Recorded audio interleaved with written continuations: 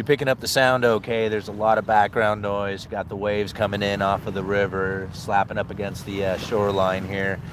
Got a helicopter that's flying over the hospital, and then just kind of a lot of noise traffic coming from not only the boats, but then some construction that's happening behind us here. So hopefully those guys are on lunch right now and won't be operating too much of that equipment, so it won't ruin the video. But today I wanted to talk a little bit about how the inequality is growing. And this is something that is not surprising after you study the Cantillon effect and you learn about the separation between the rich and the poor that's going to grow wider so long as there's new money that's pouring into the system. So when that new money pours into the system, the people who have first access to that money, they spend it at face value, but then as that money starts to flow through the system, the people at the very end of the line, the people who have last access to that money, they suffer the most as everything has gone up in price and their wages are still stagnant, so it makes it very difficult for them to maintain their standard of living that they had grown accustomed to before all the prices have moved up. And that's kind of the Cantillon, effect in a nutshell. But you really see the evidence of it when you think about things like new purchases of vehicles. Like new car purchases are incredibly expensive. And you look at the vehicles that are being made nowadays are not necessarily that for the working class individual person who is going and working a 9-to-5 job. They're really being designed more for the luxurious experience or those who have more of a wealth status to them, I guess, so to speak. Very few cars are made for the working class individual. Now, a lot of us who go out there and have a working class job end up buying used vehicles, which ends up being a whole lot less in price than buying a new vehicle. But just the fact that they build new vehicles more for the elevated income levels than they do for the standard everyday average everyday kind of job is just a sign of the times, right? The money is going, or the production is going to those who are going to be making the purchases. And if 10% of the wealth, or the top 10% of the wealth, is making 50% of the purchases, are they really going to be, or 50% of the consumption, are they really going to be designing vehicles for somebody who's not in that class? Like, if 10% if the upper 10% is consuming 50% or doing 50% of the consumption, then those who are producing are going to produce for that of what is being consumed, which is going to the upper wealthy class, right? Does that kind of make sense? I don't know if I'm saying that right, but I think you guys get the understanding of what I'm trying to get at. And that they're only going to make that of what is going to sell, and the people who are buying are wealthy people. So this is, again, what I feel is probably more as a result of new money pouring into the system over the many decades that we have had a fiat currency system as opposed to a gold standard. If we have that fiat currency system continuing to be in a debt issuance where debt is being provided out there for pretty much anybody who wants it to go and acquire it, you're going to find that a handful of people out there understand that if they go and take out debt, that they should probably buy some sort of cash flowing asset with that debt. Other people are going to go out there and buy a car or buy a luxurious experience like a vacation or something of that nature. And when that takes place, what you are going to find is a separation between the rich and the poor. Take a look at the article I leave down in the description. One of the main concerns that is coming from the person who had wrote the article was talking about the delinquency rate that is now beginning to rise more dramatically than even that of during the COVID pandemic.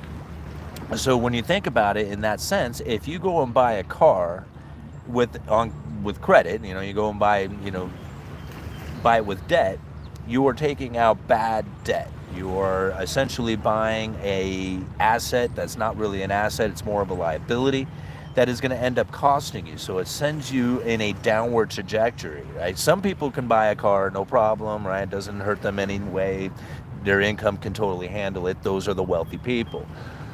Everybody else in the working class is going to have a very difficult time operating with a brand new car payment kind of environment when they have put themselves in that, when they think about how it is that they are supposed to maintain and keep that standard of living that they have now put themselves in, right? Because of this car, they no longer can now withstand that higher standard of living, and they start going delinquent, right? By going delinquent on that, they have literally used debt to push themselves downward. Like if they didn't get the car, if they didn't have the debt, then at least they could have a position in which that the money they got coming in can start moving towards cash flowing assets, capital, or deploying towards, a capitalistic type of mindset where you're buying stocks or bonds.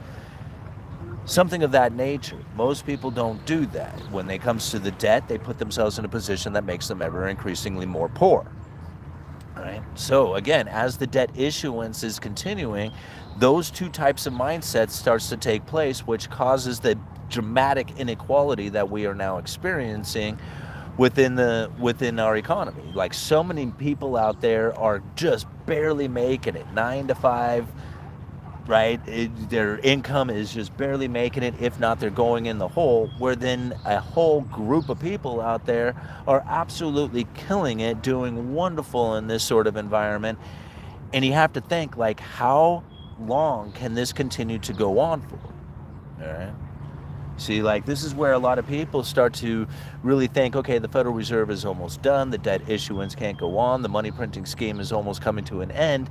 And I think to myself, nah, I think that this inequality is going to continue to grow even worse. This is what we can expect, is this type of thing to happen in a more pronounced fashion, where we find that the average working class job is never going to find the ability to buy a car, to buy a house, to raise the family. It's just not going to work anymore. And in fact, you're probably going to have that and a second job, even to just barely make ends meet in order to have that house. Like, a lot of people say, what is it that we can do to bring home ownership back to America, like to make it easier for people to acquire a home? And I think to myself, well, there was a time when an average everyday dude could have a job at a gas station, purchase a piece of land, stop by the lumberyard on the way home every day, and piece himself together a house. That is not an option anymore. There was a time where an individual who was in high school could go down to the wrecking yard, pick up the parts and pieces, and put together a car. That's not really a concept anymore, right? These are the days of long ago. See, back in the day, it was easy to have a house. It was easy to have a car. You could do the work yourself and acquire these things. The technology, the way things are done nowadays, that's moved off out of the realms of capabilities. So now you have to have ever increasing amounts of income in order to acquire that car, because you're not going to be able to piece one together in your garage over the course of a summer. You're not going to be able to stop by the lumberyard on the way home and piece together yourself a house. Now, I say that, there are people who do, right? There are people out there who go through that effort and get that done. Very few people are going to do that, right? Most people are going to have to figure out what it is that they can do in order to make the payment, because that's the only way that they're ever going to acquire a car. All right, Simon, can you define what you mean by average working class job as a job that makes average salary in the U.S.? That I think that's going to be relative to just about everybody out there, depending on where you live and what is it that you're doing. Now, when I say like the average everyday job, what I'm talking about is a job that may not necessarily require a degree, right? It may not, have a need for experience, right? These things help. They'll probably get you the job, and they might even get you more pay if you have experience, if you have degrees, if you have these things. But most of the time, you're going to find that people out there are either one, have a degree in something that they're not actually using it for, right? So then they're just in the same boat as everybody else. That degree doesn't benefit them none. Right? Most people are sitting in that position. And most people have what would be considered a W-2 average day job, no matter how much money you make, whether it's $50,000 a year or $150,000 a year. Usually that job that's paying you that money is going to pay you a wage that is adequate for the area that you are in. So, for example, might be making, $50,000 a year in, an area that's not that populated, may not be that, industrious or whatever. And so $50,000 a year isn't that little of amount of money. Like you can, rent the apartment and have the car and all that other stuff. You have $50,000 a year in San Francisco and you're barely going to cut it, right? You're not going to make it anywhere with $50,000 a year. So you have to be making $150,000 a year, and you probably are still going to barely be making it like as if you were making $50,000 a year in a less, in a less populated or less industrious area. So, just kind of the average job is really relative to where you're at and what it is that you're doing. Now, when I say that average job, it's not like that's demeaning by any means. Like it's not degrading or lesser for having one. I work an average job, right? I work at a lumber yard. I do retail sales for a living. Nothing glamorous or fancy about it. And nothing, no matter where I go in the country, it's probably not going to pay that much, right? I mean, if you can get a commission-based job where you can, make some money off of the sales, it's usually a feast or famine kind of position where you don't get paid a whole lot hourly, and then unless there's a lot of sales happening, you're probably not going to make a lot of commission either. So I just look at it as what it is, right? A W-2 job is barely going to make your standard of living. It's barely going to make it, make your cost of living every single month, and you're probably not going to have a whole lot left over from that. That's why you need to go out there and find other ways of making money, whether you take on a second job, figure out a side hustle, start a business, do something out there. That's what you're going to need to do in order to have anything in your life. Like if you want to make it good, you're going to have to really put a lot of work in. Yeah, I mean, people say all the time to me, it's just like not all of us can have a second job, not all of us can have a YouTube channel, not all of us can start a business, not all of us can figure out how to do online sales. And I'm thinking to those people, yeah, and you're going to end up living a very miserable, very low standard of living life because you're not willing to go and figure it out or do the extra work or put in the time. It's not easy. In fact, it's not meant to be. It's like I don't even know where easy is supposed to come into play. It's like it's not easy. This is survival. It's survival of the fittest out there. And when I see people are going, oh man, I shouldn't have to work more than 5 days a week or 8 hours a day or 40 hours a week or something of that nature. Yeah, we shouldn't. Yeah, we shouldn't have to work that much at all. But, it's too bad we have to. And if you don't do it, I am. And then that's the reason why I have a house and you don't. And it's because of the dedication that I put in every single day to make this stuff happen.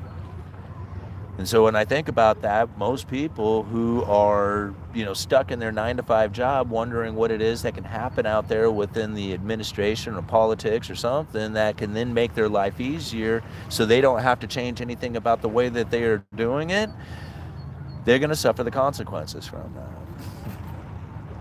that. All right, cruising on down. 239 people watching. You guys like the river view? It's pretty nice, yeah? All right, let me cruise down to the bottom here. What? Preach, work until you succeed. That's it, man. It's not like, I don't know, some people out there, they want a lot in their life. Like, they want to be able to make, $50, $60, $70,000 a month, making $1 million a year or something of that nature. And I think to myself, it's just like, God, that would just be so amazing to have that. But I think, man, what kind of work would you have to be doing in order to acquire that sort of level of wealth in your life?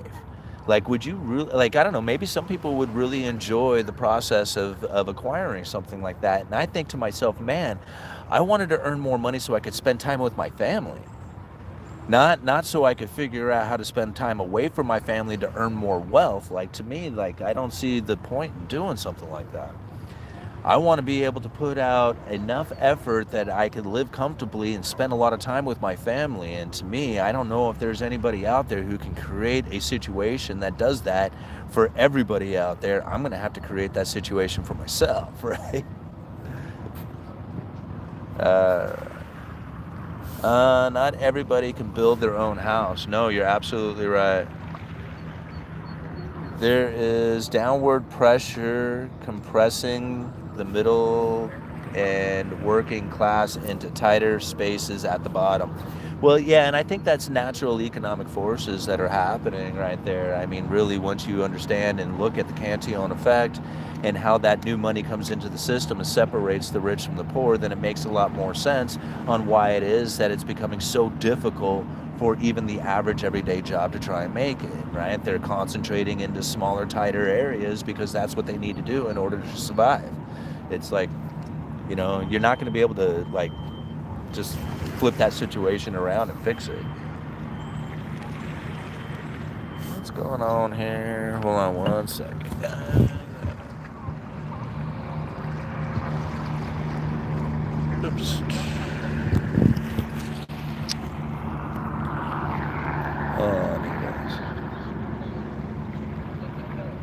There we go. Alright, sorry, sent you guys on a little trip there. Okay, the markets were pumped up by Fenty money and money laundering. Prices will come back to normal soon. I don't know if they'll necessarily come back down to normal. What I think you're going to find is that stuff is going to get replaced by other products, right? So you're going to find like the particular product, or maybe the company that you had got, you know, received a particular product from, that's going to be elevated in price. What you're going to find is competition coming in from another area, from some other manufacturer out there that's going to come in at a lower price. Now, this is what I'm starting to see taking place with, like, you know, in the building supply industry, there's a lot going on as far as like what you can look at. There's foreign production stuff like nails and hardware and different things like that end up having a generic name attached to it, and you'll see some products roll in and it's like, wow, who the hell are these guys?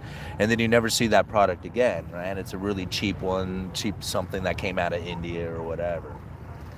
But then you have some products that don't have that kind of competition to it. Like some of the brackets, the bracketing system that you use to put into a house, although that stuff generally is domestic supply, and you don't see a whole lot of price fluctuations happening due to competition or something like that coming in. So it's really kind of relative on what it is that you're looking at. I could imagine that if you could get cheaper nails or something like that coming in, that you're going to find prices coming back down to what you had kind of considered being normal. But then really what you're looking at is cheaper generic product coming from a different location. Right? If you go and you look at like the domestic supply of stuff, you may not find the prices coming down so dramatically, or prices coming down at all. They may not be going up as fast as they once were, but they may not come down. Competition, generic products, something that is not a typical sourced item, that may come in at a cheaper price, and then people will be like, oh, hey, look, prices are falling. But really, you kind of have to look at it for objectively. My job can't be replaced. Well, good for you. That's the way to do it, is to find a job that can't be replaced. What time is it? I don't think you need a whole lot of wealth to enjoy life. Just look at that view. Free and priceless. Work hard and appreciate what you had. Absolutely. And I mean, that's Joey D. Great. I totally agree with that. In fact, this is like, this is something that I've tried to tell people all the time. They're like, man, what's next? What do you got going on? What are you going to get? What's you strive for in life or whatever? And I think to myself, I don't need a whole lot. Like a view like this, like how do you beat that? Right? I mean, sure, there's other views that are probably, just as good or different or awesome or whatever, but I have this every single day. This is literally right behind where I work. My truck is parked right there, right?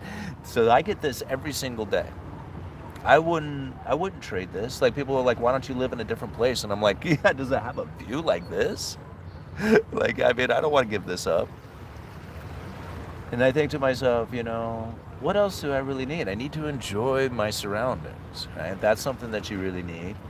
Here, it's like one of the cleanest, nicest, friendliest, happiest places that I have ever been. Why would I give that up? The food around here is absolutely amazing. I mean, this river is full of salmon and sturgeon, and the ocean is Dungeness crab and the razor clams, and it's endless. It's just endless amount of awesomeness that is around here. And I think to myself, it's worth every penny. It costs a lot. It costs a lot to live here. It isn't cheap at all. And it's worth every penny. Every penny of it. You know? I mean, this is, even you think about it, if I had just stuck to my regular 9-to-5 job, my wife, she had just stuck to her regular 9-to-5 job, we couldn't enjoy any of this stuff because this is expensive. This is why it costs so much to live here, is because of this. You know? And so I give it up. I give up driving fancy car. I give up, having, fancy clothes or something of that so that I can enjoy this, because this is so much better than all that superficial stuff. All right. Astoria is a hidden gem. Absolutely it is. I mean, look at that. That's the Megler Bridge right there. 4.3 miles from Astoria, Oregon to over to Washington. Chinook is on the other side, Chinook, Washington. All right. If money doesn't matter, why is it that all government talks about is trying to take money off of people? Because that's the only thing they have. The only thing that government can do is take your time from you. You do realize that, right? Everything else is just is the subject of it. But it really ultimately what it comes down to is time. If they tax you, if they take money from you, they are taking your time. It took time to earn that money, and so it's basically taking time from you. And this is something that you're not going to get back. Once your time is gone, it's gone forever. And so the government is mostly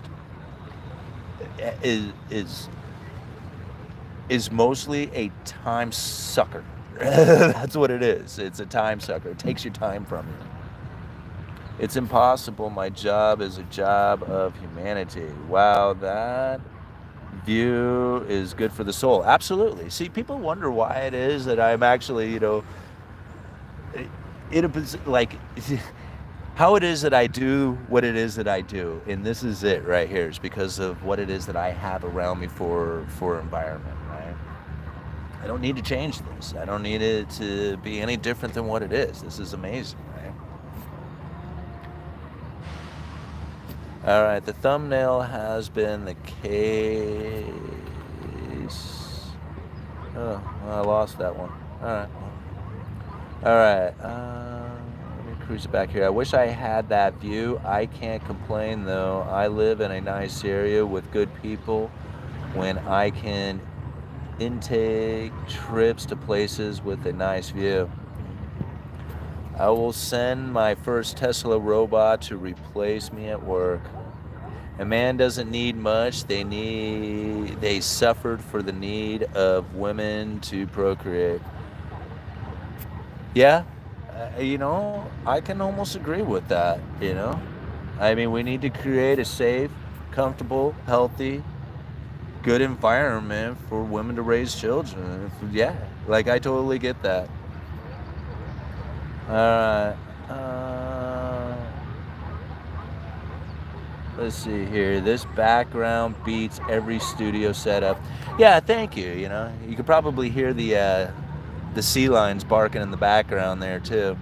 But yeah, this is it, man. This is a wonderful place.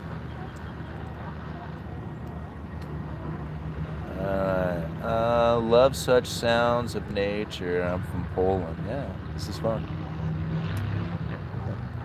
What do you think $5 million was?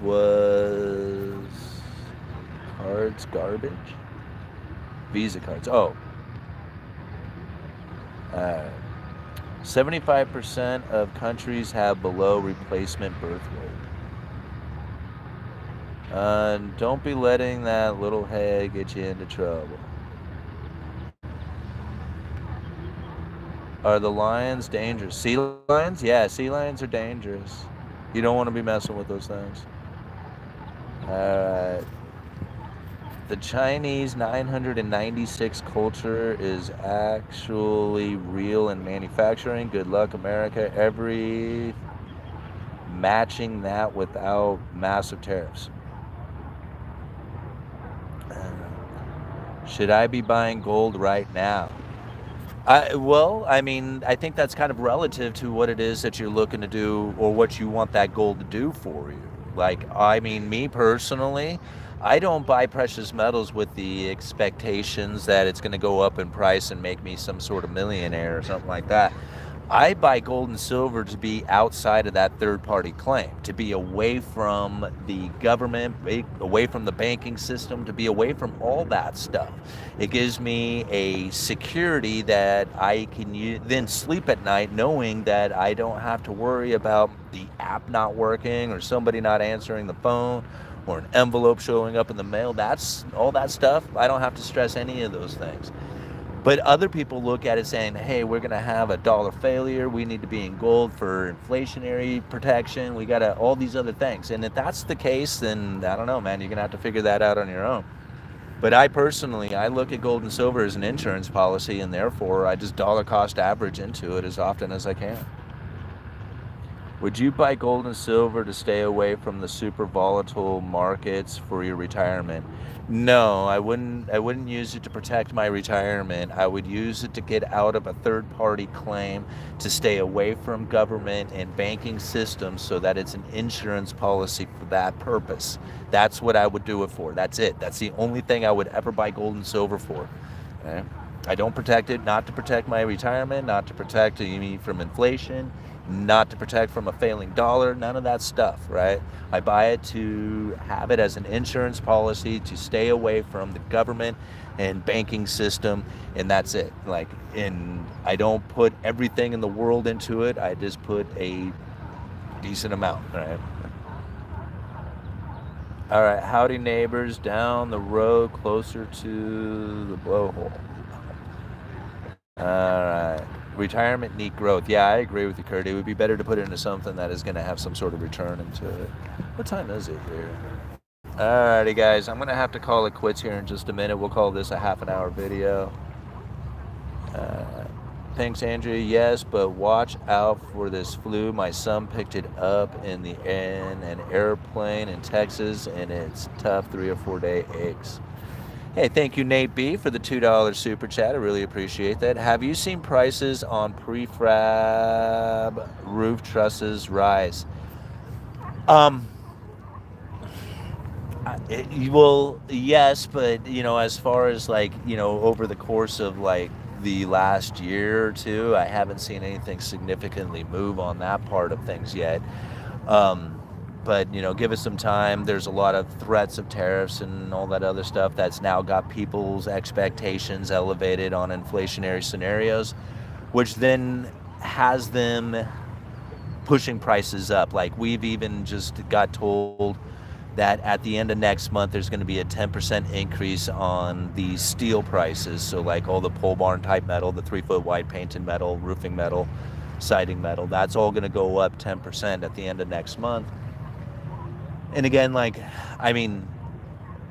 considering that this was talked about way ahead of time, I don't know if this is conditions that are being created right now that are forcing that to happen, or if it was already in the pipeline, because it seems to me like this was already somewhat in the pipeline. All right. I think many of us need to start watching the cheaper living channel. All right. They will have to increase prices in the short term to match the lower demand. Oh, that's that actually is probably very true, because there's not a lot of demand taking place right now. And in order to meet their overheads and stuff, you're right, they very well have to increase the price because of the low volume moving. I would agree with that. Alrighty, guys, this was a lot of fun. Thank you very much for hanging out. I'll give you one more shot of the river view. Here, check it out. I don't know if you can see it. There's a sea lion swimming around out here. Let me give you a You see him straight out there in front? I don't know if you can see him out there. He's kind of just a little dot out there. Anyway.